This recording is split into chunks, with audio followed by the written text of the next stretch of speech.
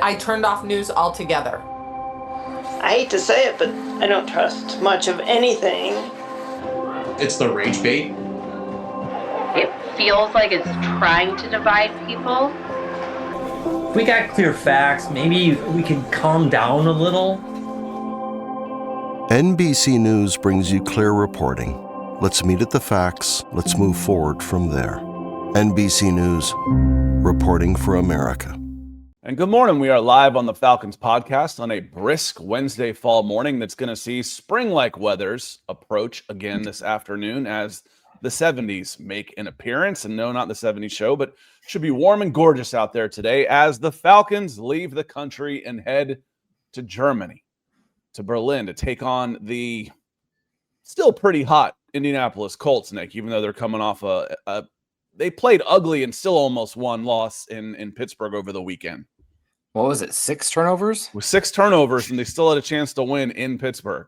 Pretty insane. Yeah, that's you don't see many 3+ turnover games. 6+ is insane. But yeah, Guten Tag to you. Excited for the Falcons to play 7:30 out my way out here in Denver.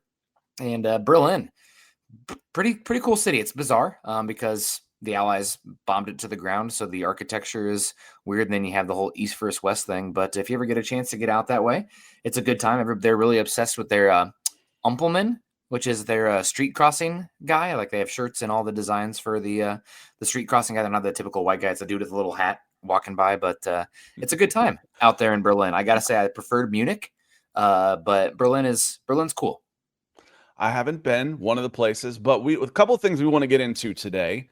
As we roll through this, the trade deadline came and went yesterday. The Falcons made a couple of moves, not trades, but they did make a couple of moves, addressed the problematic place kicking situation, and they brought in another offensive lineman. Now, people are starting to panic on this. What does this mean? Lindstrom got hurt a little bit. Bergeron got hurt a little bit. Storm Norton's still not back. Why is this guy here? Andrew Stuber, who has been with the Falcons before. It makes me nervous when you're picking up guys that can't make the Cincinnati Bengals. That makes me a little bit nervous. Also, the Colts made a big transaction that affects the Falcons this weekend, obviously, but also, again, because the Jets are in full-on tank mode. And so, if you're expecting to go 1-1 against the Colts and Jets, those odds just got better. The Colts just got a lot better, and the Jets just got a lot worse. So if your expectations were 1-1, then that's not a bad parlay to pick. We'll get into that a little bit. I want to get into some pretty ugly offensive numbers for the Atlanta Falcons. We've talked about third down deficiency, and it's worse than you think. It really is. So those are the things we'll hit on, and then we will talk about whatever y'all want to get into today. That's why we go live. Like, one of our members, our dear members, John Harrell, coming in early, says, "Good morning, Scott. I guess we're poised for a playoff push." The sarcasm is thick with John this morning. And Nick, I won't answer for you. Were you surprised at all the Falcons didn't make a trade of any sorts, either a buy or a sell, however minor, on deadline day? They were, to me, obvious selling candidates for every single reason besides the decision makers. The decision makers are not. If this was a new regime, sell. We don't have draft picks. Season's kind of gone the drain. Oh, we're just figuring ourselves out. Second-year quarterback. No, but this is what Terry Fontenot, you mentioned, 8th year. Raheem Morris, you don't tip 5th year, only 5th. Okay, you only get Raheem Morris is year and a half right now, but I mean, he's fighting for his job. So I think all the circumstances of the roster, what your draft picks are like, the direction of the team right now suggested. Not a hardcore like fire sale like the Jets, but like we're listening for Caden Ellis and some of our depth in the secondary. Maybe Tyler Algier, as you mentioned before, maybe Kyle Pitts. Maybe that's a big move. But with all these decision makers, seats very hot, as well as the second-year quarterback, Michael Penix, not tearing down the offense around him. I'm not that surprised, even though I do wish. I think this is a team that probably would have been better off selling and getting a few extra picks in there, ideally. Yeah, I think so too. And there's some guys in there. We mentioned Tyler Algier. Some of the under the radar guys. You need to know what Caden Ellis wants to do. I don't want to lose him. Let him just. He's a free agent. He's cheap. God, he's like $6.5 million right I would have now. traded for him. That's going to at least double in the offseason. And then a guy that I'm still surprised. I was surprised he made it through, actually, and I'm kind of a little surprised he's still here. It's David Onyemata. And one of the reasons is for that is as Halsey HFW says, reminder that the Cousins-Mooney combo has a cap charge of $50 million in 2025 and has produced 0 touchdowns. Onyemata's played okay, so this isn't necessarily a knock on him, but he is your second highest cap hit guy at 16 and change, and you have room on there. He signed a 3-year deal. The third year is usually an option for the club because the guaranteed money is gone and you've got flexibility in that contract based on the dead money. So you could have saved, well, I've got it pulled up. I'll just look at it. I won't even guess. You could have saved with Onyemata, dead cap of 9, cap hit of 17. You could have saved $8 million by moving on from him. Well, you still could save half of that if you were to get a trade for him. More than that, because someone else is going to pick up his salary. So I'm not surprised that, again, for the same reasons you said, that they didn't sell, because I don't think they can afford to. I don't think Terry Fontenot and Raheem Morris can afford to flush the season down the drain. And if they could, then it was an indication to me that they're okay. Listen, y'all do what you need to do to get ready for next year. You got one more year. They didn't do any of that, so I don't think they've got those vote of confidences, that assurance that you are going to get another year, and they couldn't afford to punt on this season, so to speak. We want to say hello to Curtis real quick. Curtis, one of our dear members and a super chatter. He says, with no move during the trade deadline, everyone is really on the hot seat now. The GM, everyone, by the way. Yeah. So we're thinking alike, Curtis, because I kind of just said the same thing. If you had the assurances that you'd get another year, why wouldn't you move? Yes, Tyler Algier is a really valuable player. You're not using him. You're not using him. He's had, 8 carries in the last 3 games. Anybody looking for a running back would be interested in Tyler Algier. Is anybody looking for a running back? Maybe they're not, Nick. I don't think anybody moved yesterday. Teams are. There was Breece Hall, a lot of Breece Hall talk, but they were demanding a 3rd-round pick. Also, the upcoming draft is booty at the running back position. So a lot of teams are, if they have contractual control, holding on to some of those running backs. But for I think for a 4th-round pick, a 5th-round pick, you could have got it done. Maybe that's more valuable here. Maybe get a comp pick for that. I'm not sure how aggressive the Falcons will be in free agency. I also don't even know how good the free agency class will be. It seems like free agency classes are worse every single year. But we'll definitely see what happens. I do agree everyone's on the hot seat. I'm just looking at the depth chart. I want to keep the offensive pieces. Kyle Pitts is the one that's a harder sell, but you're not taking away from the offensive line for sure. I mean, if somebody offered you 3 first-round picks, we had that conversation, maybe Drake London. But some of these depth players that maybe you want to evaluate some of the younger players on the defensive side of the ball. Somebody like, again, really mentioned a lot for the trades, Ebiketie.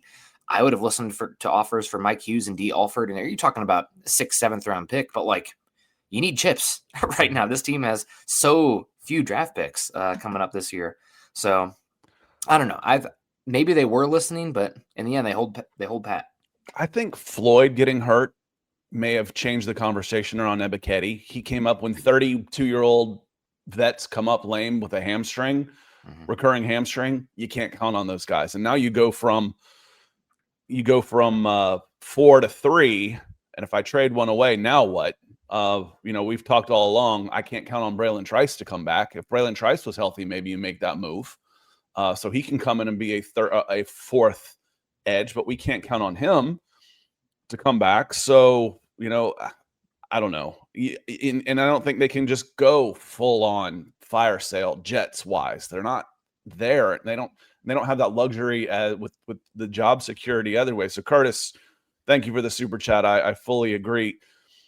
Ski Yee, he's been in you've been in your cups lately. I know you're upset about all this. He says the Colts will whoop us. Colts are coming off playing a bad game, and they are a good team.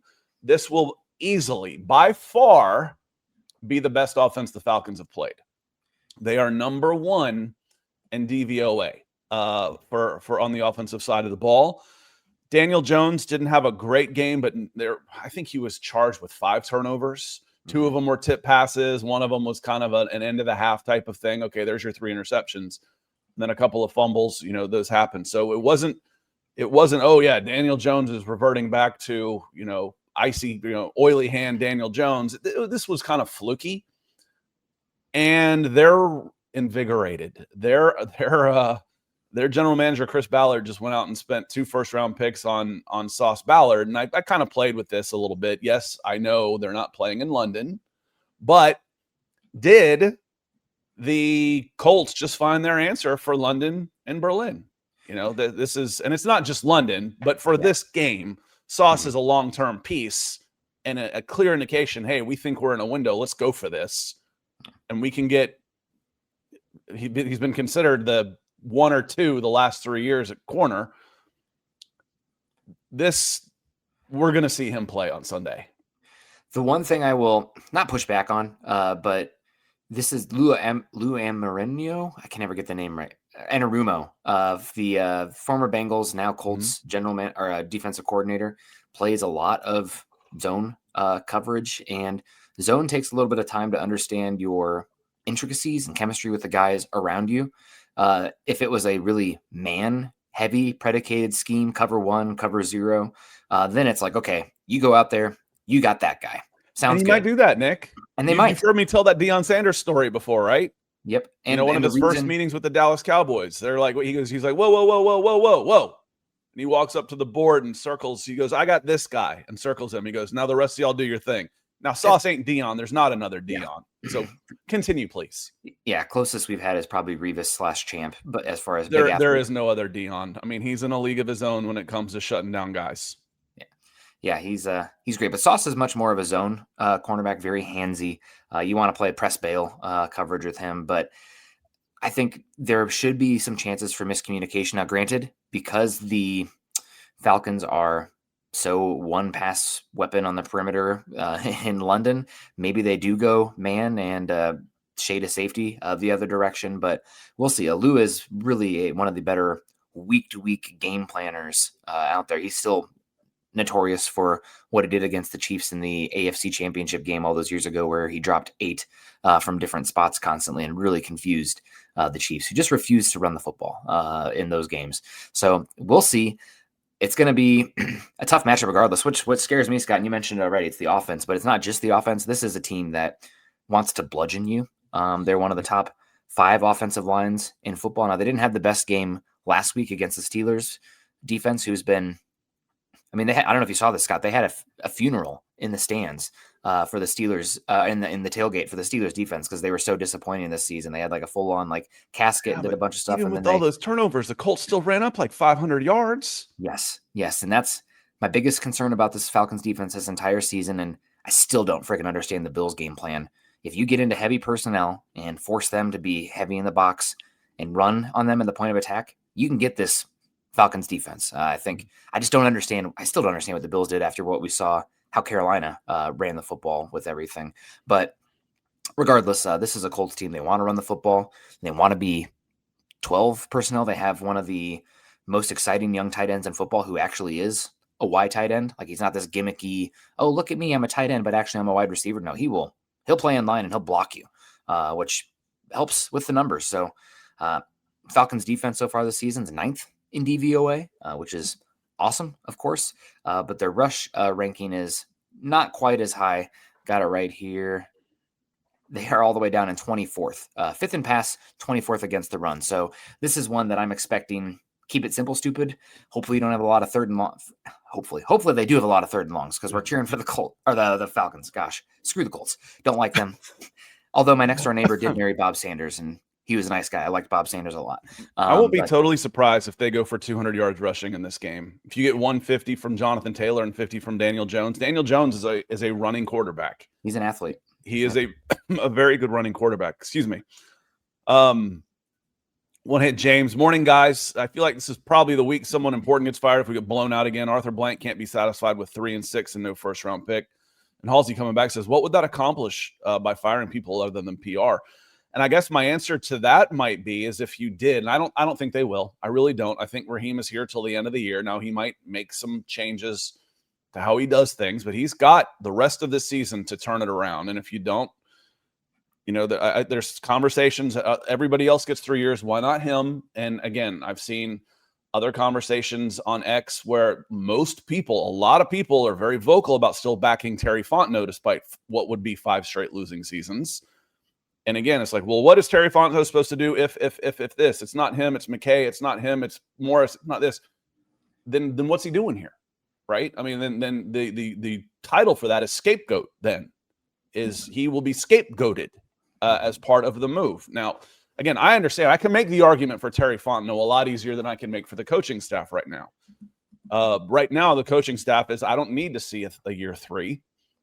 I've seen all I need to see in the first 18 months, and then let's see what happens in the next 9 games.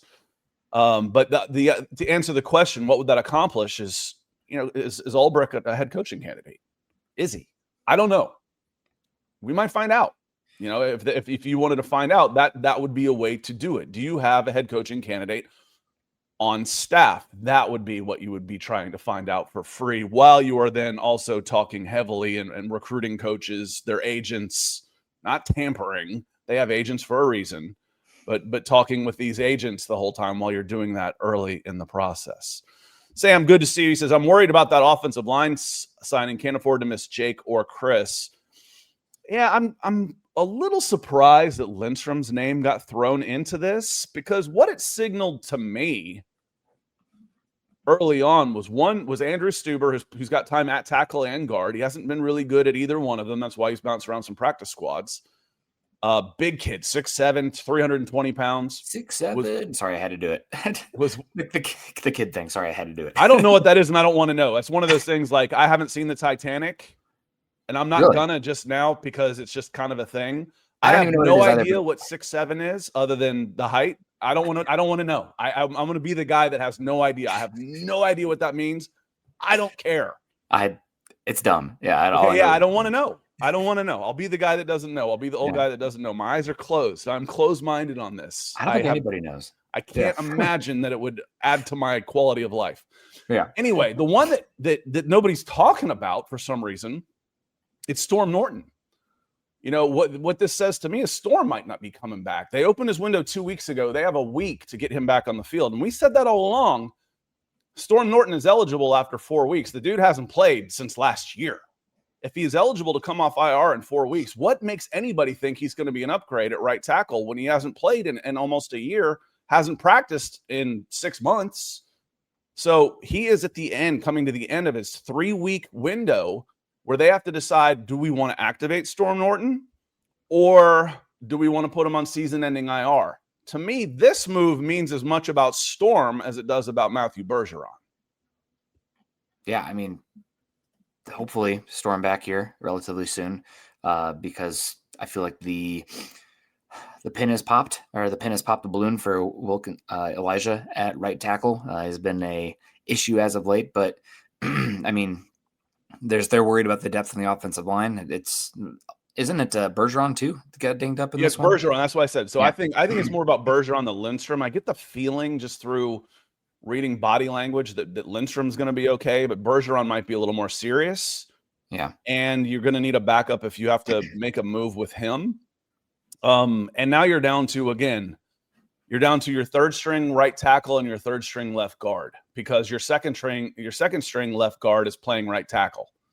Are you better off getting Wilkinson back over to left guard and then bringing in Stuber at right tackle? Or, I don't know, but Storm Norton, if he's not activated this week, that will be his window closes. His 21-day window closes in 7 days, a week from today. They have to make a move for him, put him on the 53 or IR him for the year, or release him in the course of the next 7 days. So yes, you're very right to be worried about the offensive line. Yeah, I mean, it's the key to this entire thing for Penix, in my opinion, with how he plays. And I still just keep coming back to it, Scott, for how you guys have spent on the offensive line, invested resources, as well as the running back that you have here in Bijan Robinson. It's probably the failure of the season for me that this isn't a top 8 rushing offense in football. It's not as egregious as what we're seeing on with the Raiders, using the 6th overall pick on a running back and having arguably the singular worst rushing offense in the entire NFL, but you want to take 10x off the high dive, and that should be through the running game and the running game being efficient. And just so far this season, it's been anything but the case for the Falcons. They are middle of the pack for most of their rush success rate, rush statistics, 19th in EPA. It's not good enough. It's not good enough. And part of it is the injuries, but part of it's the predictability of the scheme. If I'm in the pistol, I'm running the ball. Okay, thanks. Yep. Thanks. The Falcons used the number 8, but that was after number 8 on Bijan. That was after a breakout performance by the offensive line in 2022. That was the one of the reasons I was so down. I mean, I think I picked the Falcons to go 2-15 in 2022. And one of the reasons I was so down on them was because their trench play looked so bad in 2021 and they didn't add to it. Those guys got better. They absolutely got better. Matthews, Bergeron wasn't there, but they put in Eli Wilkinson. That was one of the moves. They put in Wilkinson for Jalen Mayfield at left guard, and he played okay, which okay was a big leap from the worst offensive lineman in football, which that's where Jalen Mayfield was graded. Dahlman coming in, played pretty well. Lindstrom's Lindstrom, and then McGarry in that Arthur Smith scheme was really good.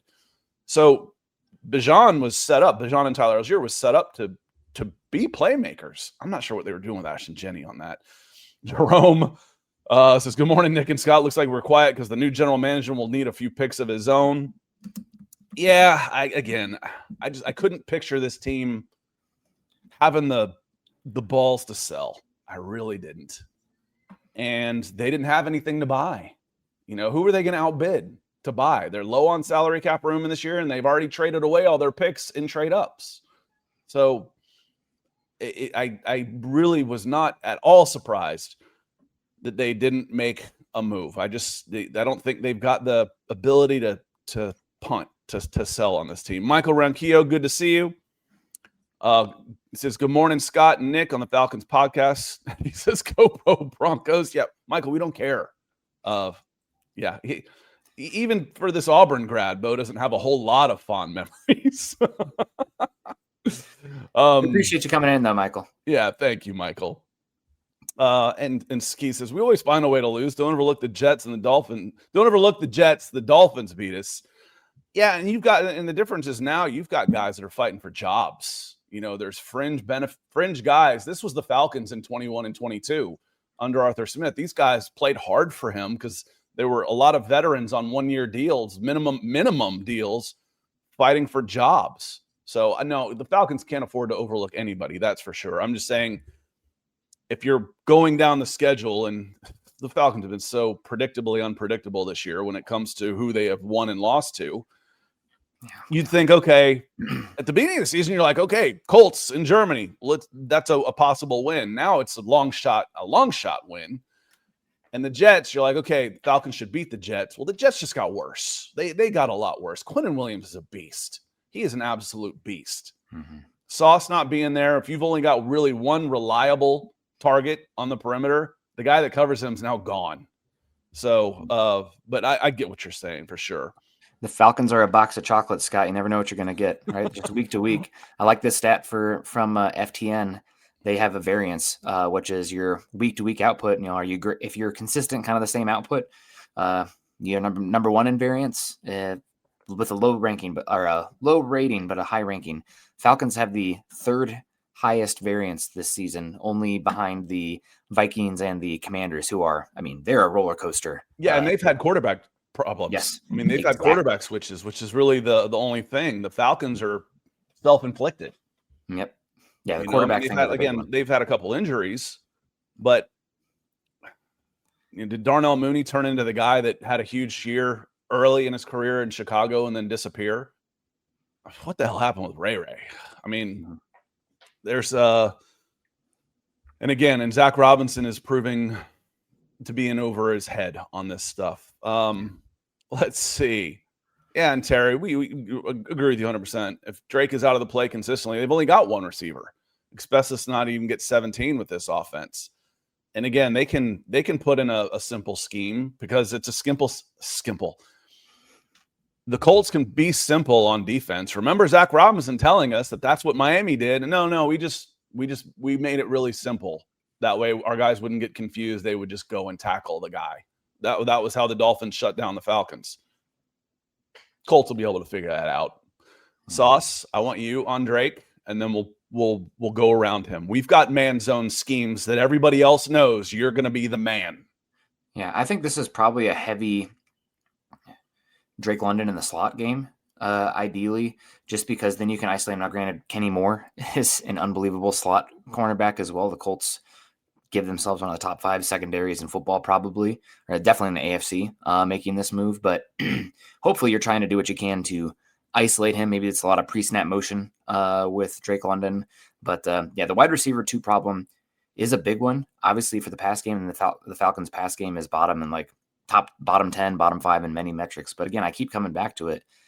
This team is built personnel-wise to run the football, and it's not the easy button that it should be for this game. It should be like, oh, we're in trouble. We're in a funk right now. We need 5 yards. Bijan, Algier.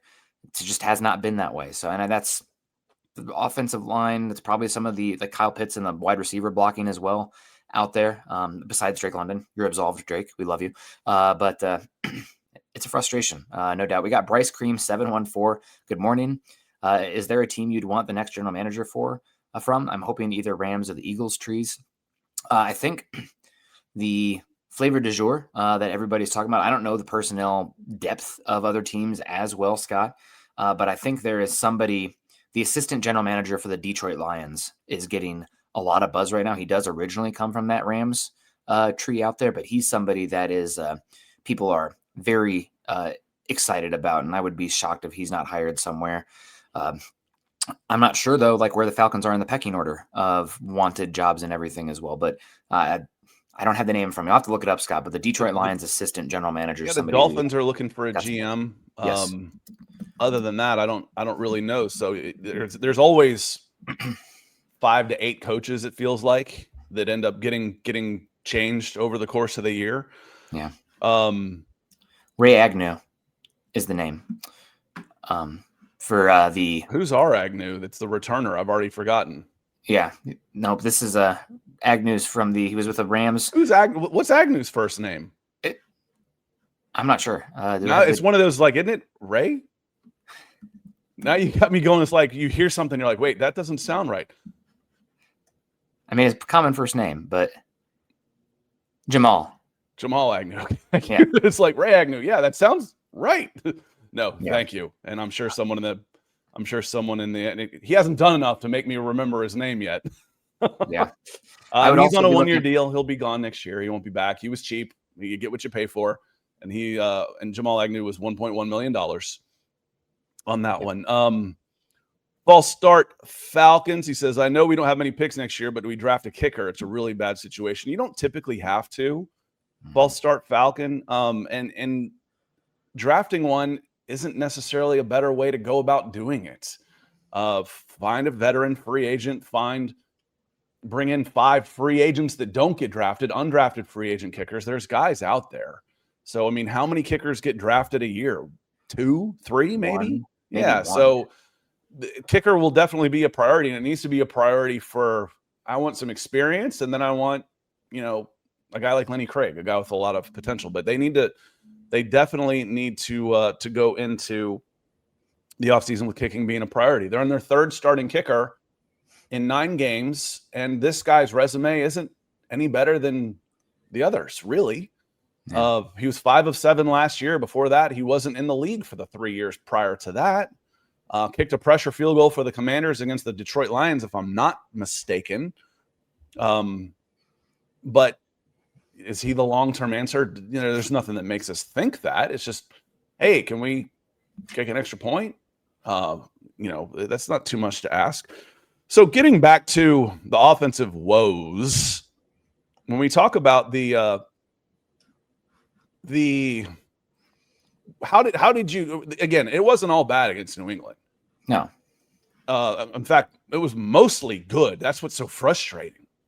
The Falcons put themselves in a position where the previous 65 teams that have been in that position have won. They broke a 65-game winning streak with five sack differential and +2 in turnovers and lose. Previous teams in the last 10 years to do that are 44-0. They played well against New England, but their third down conversions on both sides of the ball were terrible. It was 75% against, which is terrible. Couldn't get them 66. off the field. Wasn't it 66? Yeah, you're right. 8 over 12 is, yeah, it's 9 over 12 is 75, and it was 8 over 12 is 66. It's Yep. 2/3 versus 3/4. It's all good. 66 is still high. Oh, it's very high. Anything It's above still 50 high. is like, wow. And the Falcons were 10%. They were 1 for 10. So Taryn Womack over at AtlantaFalcons.com, she says they're 25% in their last 3 games. So the Falcons have had, and she broke down each of those. It's 8 of 32. That is 1 out of 4, Nick. 1 divided by 4 is 25%. I got that one, I think. 15 of them were between 1 and 5 yards. Well, you only got 8 total, so it couldn't have been 65%. They converted 7 of 15. 7 of 15, which is still below 50%, 1 to 5. That's awful. It's closer. Normal is closer to 65%. Yeah. 4 of them were 11 plus yards, and they converted 1. 25% on 3rd and 11 plus isn't all that bad. 13, if you've done the math, you already know the answer. 13 were 3rd and 6 to 3rd and 10 in the last 3 games. Goose eggs. 0 for 13 on 3rd and 6 to 3rd and 10. That's your passing game right there. That's your intermediate passing game when they are bringing pressure. And they're 0 for 13. 0 for 13. That's how you lose games where you win everything else. Special teams, third downs. And that comes down to execution, planning, scheming on offense, which has been failing under Zach Robinson this year. It's been bad. I mean, it is. I hate to be this guy. Third down is also a quarterback stat at the end of the day. Oh, no, it's all lumped into me. Yeah, again, Nick, let me Penix isn't playing well. Do you blame? Is that Penix's fault? That's a whole discussion. Yeah. The Falcons aren't playing well. Is that on Terry Fontenot? That's a whole discussion. At the end of the day, it's not getting done. Why? Michael Penix isn't playing well, especially on third down. Is that Zach Robinson's fault? Is that on Penix? Is it some of both? Is it lack of receivers? All those things, Nick. No, there's no one answer. There's plenty of blame to go around. When you're playing in the toilet, there's going to be shit on everybody. That's what the Falcons' offense has been, unfortunately. But third down, I have the shout out to RBSDM, which stands for Running Backs Don't Matter, because they have a really good dashboard for looking at a bunch of the advanced stats. But I wish they had explosive play rate, Scott, or win probability added. But we got EPA and success rate, and the Falcons on third and fourth down this year, 5th worst EPA per dropback or EPA per play on offense, the 3rd worst success rate, and they're 4th worst in dropback EPA on third and fourth down, 4th worst in dropback success rate, 5th worst in rush EPA on third down. Luckily, they jump up to all the way to 25th out of 32 in rush success rate, but their third and fourth down plays are awful. I think that some of that's quarterback, some of that's what you do on first and second down. Now, granted, EPA does capture your down and distance expected, so like a 3rd and 13, if you don't get it, is not going to ding you as much as not getting a 3rd and 1. But it's not good enough right now. And some of that, I mean, you come back to it, you got to have those winning plays for you on third down as well. Draw up the man beaters, if you will, and the Falcons don't have that. I probably put most of it on the lack of pass catching weapons and obviously Zach Robinson as well versus straight up. Which is upsetting when you spent 2 top 10 picks on receivers. Yeah. One before Jamar Chase. But whatever. That's very much in the past. Man, what a draft that was. But at least you didn't trade up for a quarterback. But I mean, you can also get out of that. Look at what the 49ers have done. Another team to watch out for, somebody maybe in the personnel front office department, considering how they've continued to win football games despite the injuries. But it's not good enough right now. And I don't want to be the person to handle Michael Penix with kid gloves, right? Like, it's like at the end of the day, you are an NFL quarterback, and the rubric that we're grading you against is the NFL quarterback. Nick, but I am going to interrupt you right now. Yeah. Because I was asked this question when you weren't here. Okay. And I gave an answer, and I want to hear what you answer. It said, Nick, grade Michael Penix's season. I gave 2 grades. One as an NFL quarterback and one as a first-year starter. As an NFL quarterback, right now he's probably getting a D+, maybe a C-. I went C. Okay. I mean, I'm a harsh grader for that. Like I don't grade on the curve.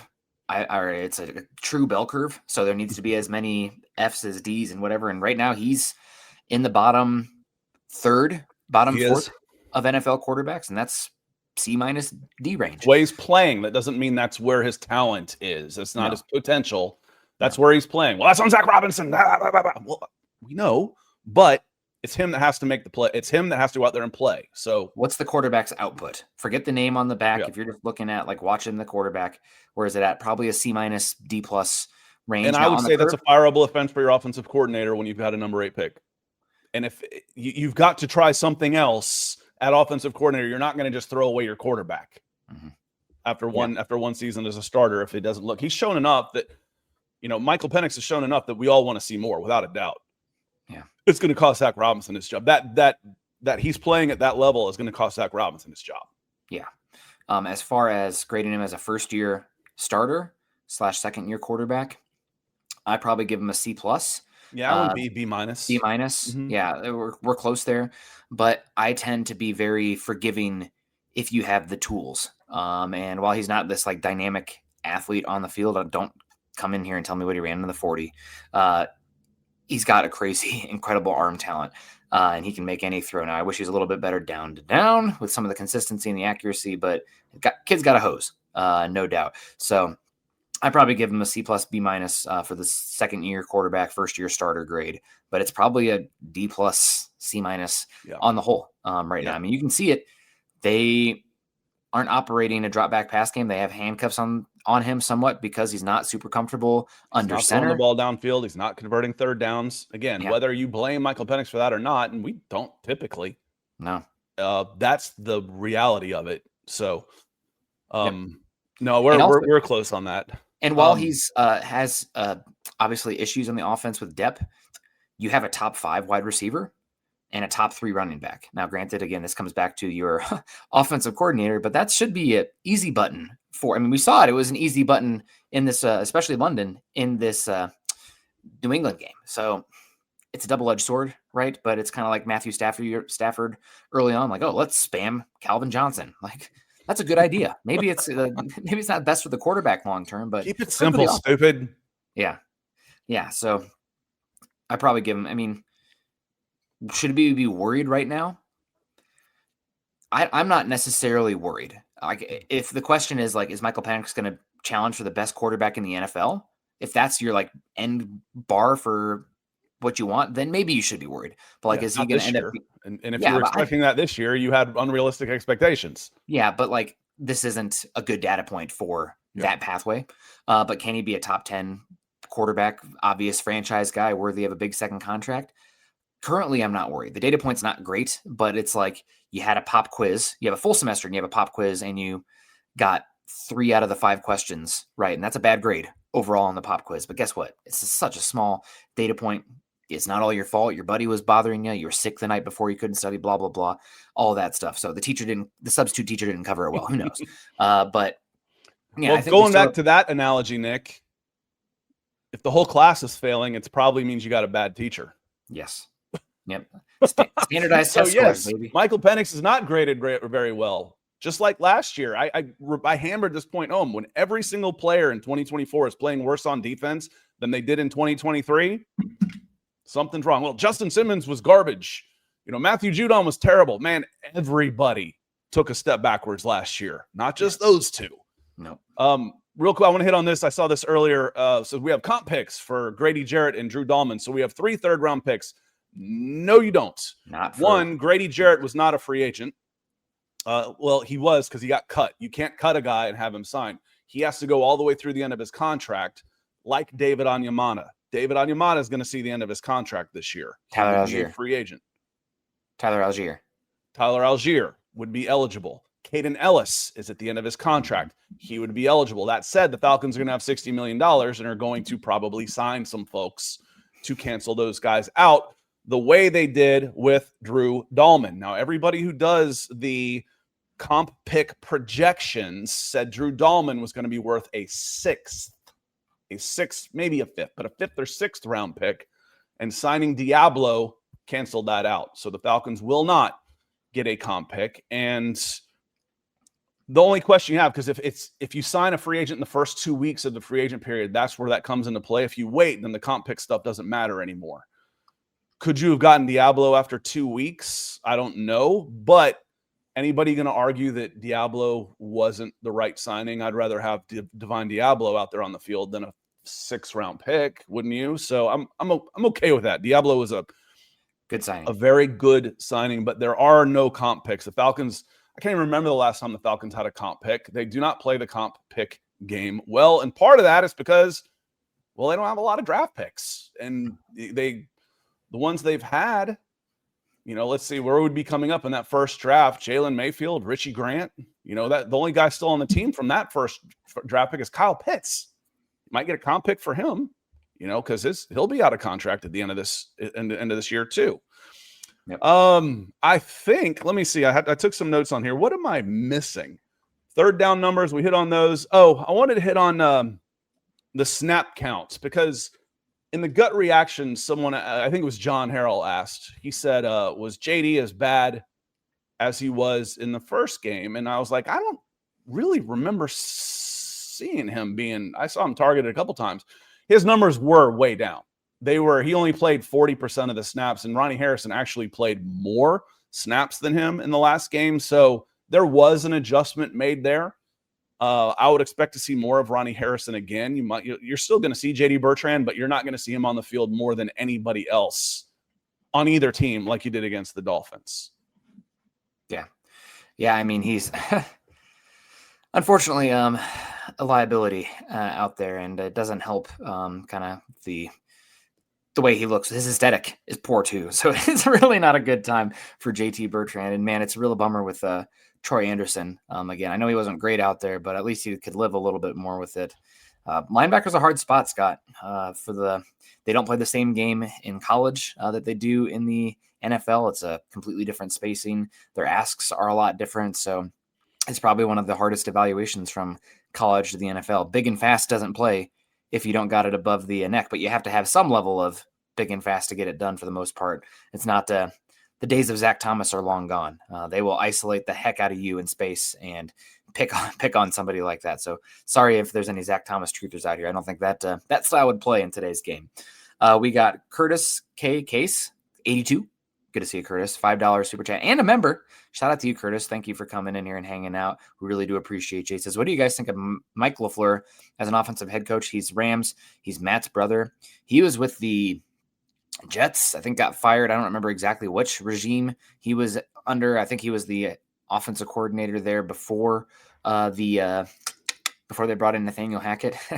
Gosh, man, the Jets, hilarious. But they're just unbelievable. Man, talk about a dumpster fire. Like, things stink here, but at least you don't have your owner saying stupid stuff and looking like the Jets, man. Too stupid. Yeah, too stupid. Yeah, but there's still some in there, But Michael LaFleur's definitely a candidate. The Rams are playing awesome football. They're probably the best, like, really, really good team that I feel like nobody's talking about right now. Like, they've played. We talked about that variant stat earlier, Scott. They're number 1 in variance, so they're like the same team every week. One of the few who took it to the Colts a bit as well. They've been good. I don't know. Sean McVay's the maestro there, so it's always a little bit sketchy pulling those guys away. But you had Kevin O'Connell, so certainly possible. I would bring him in for an interview in the least, especially if you're cleaning house, Scott. If you bring in somebody in the Rams organization that has Rams ties, then it makes sense to pair the two, I think. But Michael LaFleur is definitely somebody I'd bring in for an interview. Right now, my favorite would probably be Joe Brady. Now, I know it's always a little bit like, like he has the superstar quarterback, but what he's done with the run game and the offensive line, completely different than what Brian Daboll did with the Bills, I would be interested in. But that's just me. So Mike LaFleur would definitely be worth an interview. I'm going to answer Curtis. And Curtis, thank you for being a member. If you want to be a member like Curtis, find the link. It helps us out, keeps his forehead nice and shiny, and it really does, especially in the leaner times. The membership helps us keep going through the dog days. That's for sure. Keeps us able to do this on a bi-weekly basis. Nick, this might have predated you, but both LaFleurs were on that 2016 staff, that super staff that Dan Quinn had with the Atlanta Falcons. Mike is now he actually is the offensive coordinator now for Sean McVay. What does that mean exactly? We don't know. Zach Robinson was not the offensive coordinator. He was a passing game coordinator when he got hired as the offensive coordinator for the Atlanta Falcons. So he's got the prerequisite. He's got ties to the Falcons organization. That has to happen, right? You have to have been in and rubbed elbows with Arthur Blank before you're allowed to even come in and get another job. So that's the prerequisite that gets handled there. Is this too same? You know, what's uber frustrating about Zach Robinson is he comes out from under Sean McVay's tree and then doesn't do anything that Sean McVay does. You know, the under center game. Well, Michael Penix isn't comfortable, and Bijan Robinson likes a pistol. I don't care. You're the coach. You're the coach. It's your ass on the line. First off, I don't believe that. Oh, Bijan Robinson's making him run the pistol. My ass. Yeah. I don't believe that for one thing. And my answer was, if it was true, is then sack up and do something about it. Bijan is certainly capable of running more than one type of offense. I promise you. Otherwise, why the hell do you spend an 8 on him? He is. And here's a question I have. Curtis, Mike would definitely be in the discussion. And remember, Mike McDaniels, 1, 2, 3, all three of those guys were on Dan Quinn's staff in 2016 when Shanahan took the job with the 49ers as a head coaching job. And instead of looking within with one of those guys, they hired Steve Sarkisian. Yeah. And had the worst drop-off in offensive efficiency that any number one offense has ever had in NFL history. On that, here's a question I have for you, Nick, as we're coming up on time here. Yeah, we are. Why not Clint Kubiak? Why aren't you more excited about him? Because when I see when we're talking about potential guys, I see an offensive coordinator that is having a ton of success with a quarterback who has struggled in the past and is for a defensive coach. So you know it's his offense. This is Kubiak's offense. This isn't Sean McVay's offense. This is Kubiak's offense. What he is doing up in Seattle is a combination of the pieces put in place by the pieces and the culture put in place by the Seahawks and Kubiak running them all together. We feel like we have the pieces in place here in Atlanta, but not necessarily the culture and the chef mixing them all up into a nice souffle. It comes back to Michael Penix if he can play under center. I mean, it's one of the heaviest under center offenses in football. Quarterbacks back us to the line of scrimmage constantly. They're heavy 12 personnel. And I think right now, I mean, it's probably an indictment on Penix in that case if he can't play the under center game, big picture. But because right now what's working is passing out of 12 under center play action. But I worry about the fit with Penix because when I've watched him under center, he does not look comfortable. There's different ways to make efficient offenses out there. So I'm hoping that I would be interested in Kubiak. I just worry about the marriage between Kubiak and Penix at the end of the day. I just don't think the under center thing's that big a deal. He's athletic enough. You know, what are you comfortable with? Well, then get comfortable. You know, I've got 17 games. That means I've got 8 months to do nothing but go to Peyton Manning passing school and work under center and work on bootlegs, 7-step drops. And I guarantee you, every quarterback in the world has done all this. I would absolutely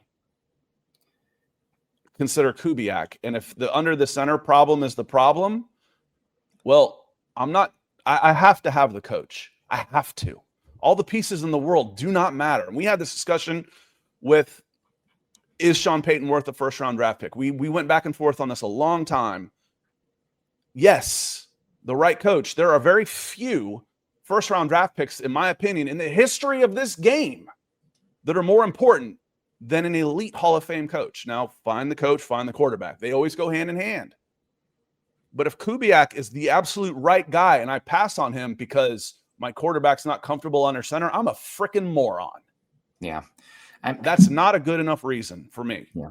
So he should absolutely be in consideration. If that's his biggest hangup, he should absolutely be in consideration. And to that point, Scott, he only has, where are we at here? 43 dropbacks with 43 dropbacks as play action this season. And he has a negative 0.732 EPA on those plays, which is good for 31 out of 36 qualifying quarterbacks. And a lot of that is under center work. So again, chicken or the egg. I'm interested in Clint Kubiak. I just worry that's not where Penix is the best right now. But we don't know. That's the thing. It's like, if we can't, we don't know if he can't play under center. He's not, and neither did Kirk. Kirk didn't play under center either. Well, he was immobile. Well, Penix isn't on that one. So on that one, and Brendan, I want to hit on this. And Brendan, thank you for being a member, my friend. Because I don't think we criticize Terry enough for never having a good coach and not making consistent good moves. Well, I can't criticize Terry Fontenot for the coaching because that's not his job. He's not the one hiring the coaches. And that's part of the defense of Terry Fontenot, is he's not the one hiring coaches. And that's not, we had this discussion a little bit on Monday. General manager and coaches are horizontal on an org chart these days. And a lot of organizations, they don't report to one another in most situations. They report up to someone else. In the past, it was Rich McKay. Right now, it's Arthur Blank. If I look at a Falcons org chart, Terry Fontenot and Raheem Morris are right next to each other, and they report up to Arthur Blank. Terry Fontenot is not hiring the coaches. Yeah. And the head coach is hiring his assistant coaches. I don't know that that's always the best way to do things either, Nick. I mean, I want input too, but I need to have veto power on some of these guys. What do you mean you're hiring? You haven't been a head coach in 20 years. What do you mean you're hiring two guys that have never been coordinators?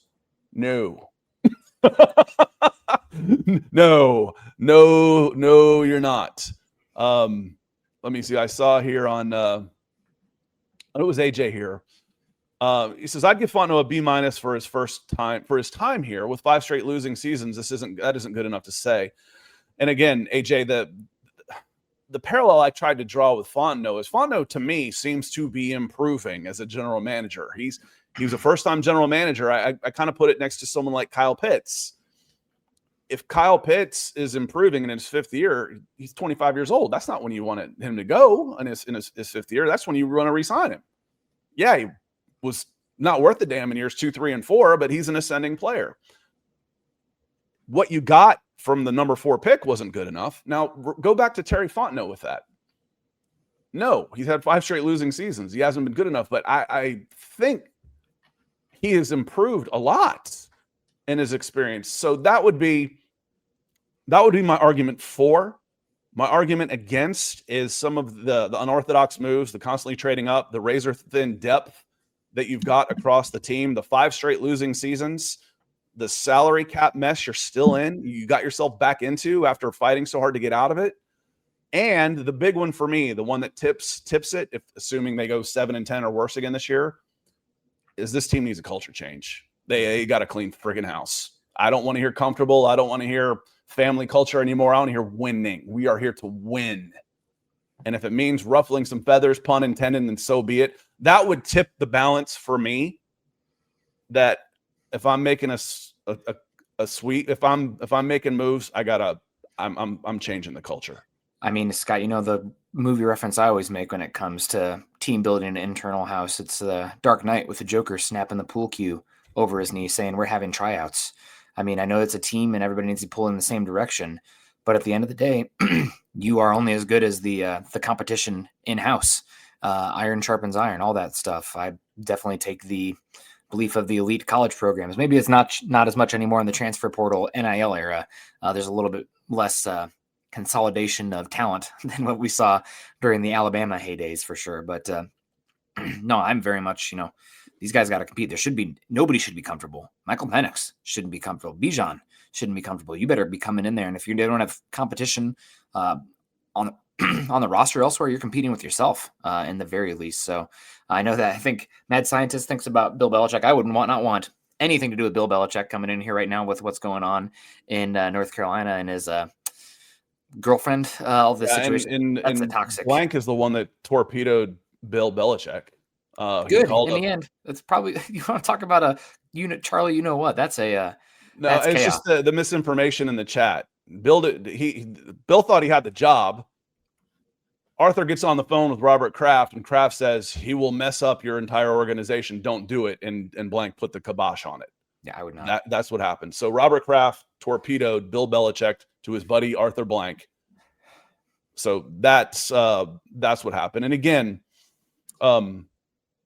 as Brennan says, no, listen, hey, I can go back and forth on this. It's not a binary argument. It's not black and white. There's margins here. So I can, and thank you for being a member here. He says, you don't hire someone for their potential. In part, you do, though.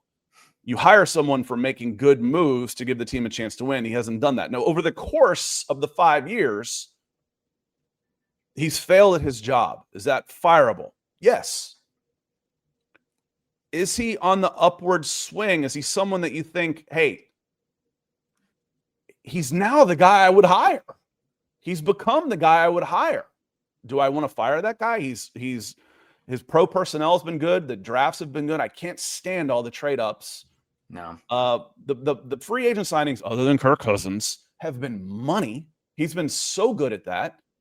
The Kirk Cousins thing really puts a damper on all of it, but people have survived bad contracts with quarterbacks before and even thrived, right, Sean Payton? So I see both sides with Terry Fontenot. I do. But right now I would lean towards I gotta upset the culture in this place. That's where I would lean towards, because it's 8 straight years of losing. I need a clean sweep. That's where I would be.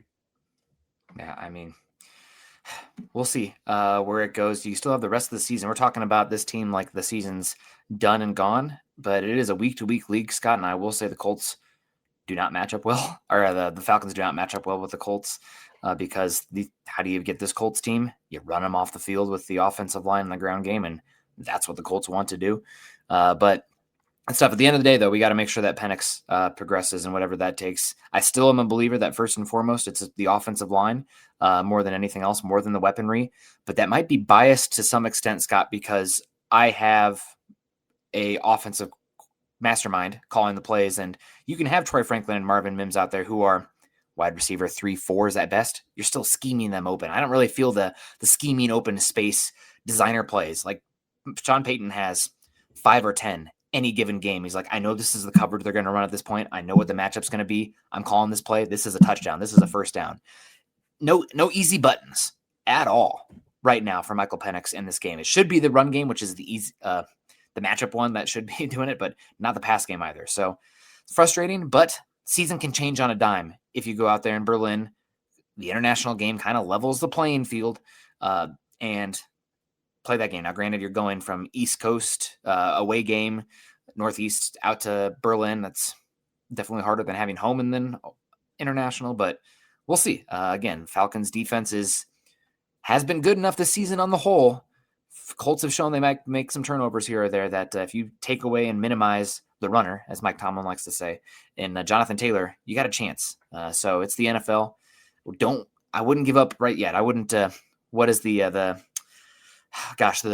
president, they put out the newspaper that he lost, and the next morning he's like, actually, I won. It might have been Truman out there. I'm really flexing my AP US history there, but we'll see. Couple of things here real quick. Talking about that, Ski says if the Kraft rumor is true, it's not a rumor. It's a reported fact. Because you were right. Blank did want Bill Belichick. Bill Belichick thought he had the job until Blank called Robert Kraft. That's not a rumor. That is a reported on fact. You can Google that one. That's not an I heard. That's not a rumor. That is a fact. That's what happened on that one. And y'all are talking about Kirk Cousins in here because, talking about his cap hit. He will be cut after this season. He will carry a $35 million dead cap hit, and you can spread that across 2 years. I'm not sure exactly how they would do it. So in 2026, he would have, say, I'm just going to cut it in half to make it easy. So $17 million cap hit, dead cap hit. His scheduled cap hit is like $57 million. So you save $40 million on Kirk Cousins' contract in 2026. And then it's about that. And it's $40 million again in 2027. So it was always a 2-year deal. That was the plan.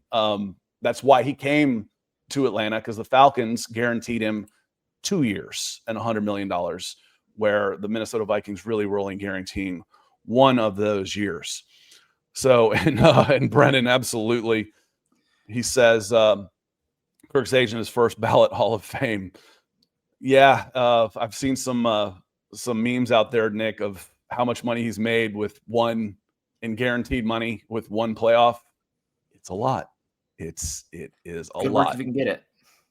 It's a lot, but we're going to get out of here. I want to say thank you to our guy, Curtis Case, for coming in twice.